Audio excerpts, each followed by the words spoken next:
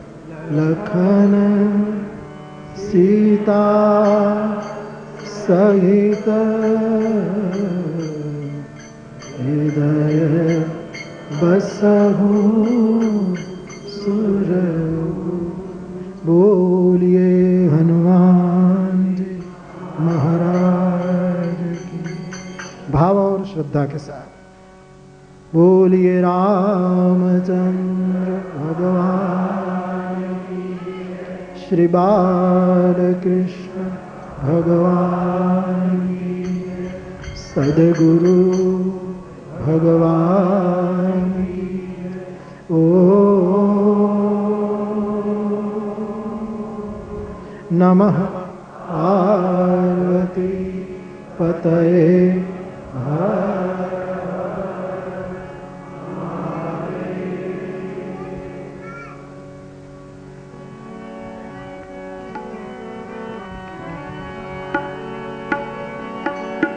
ओ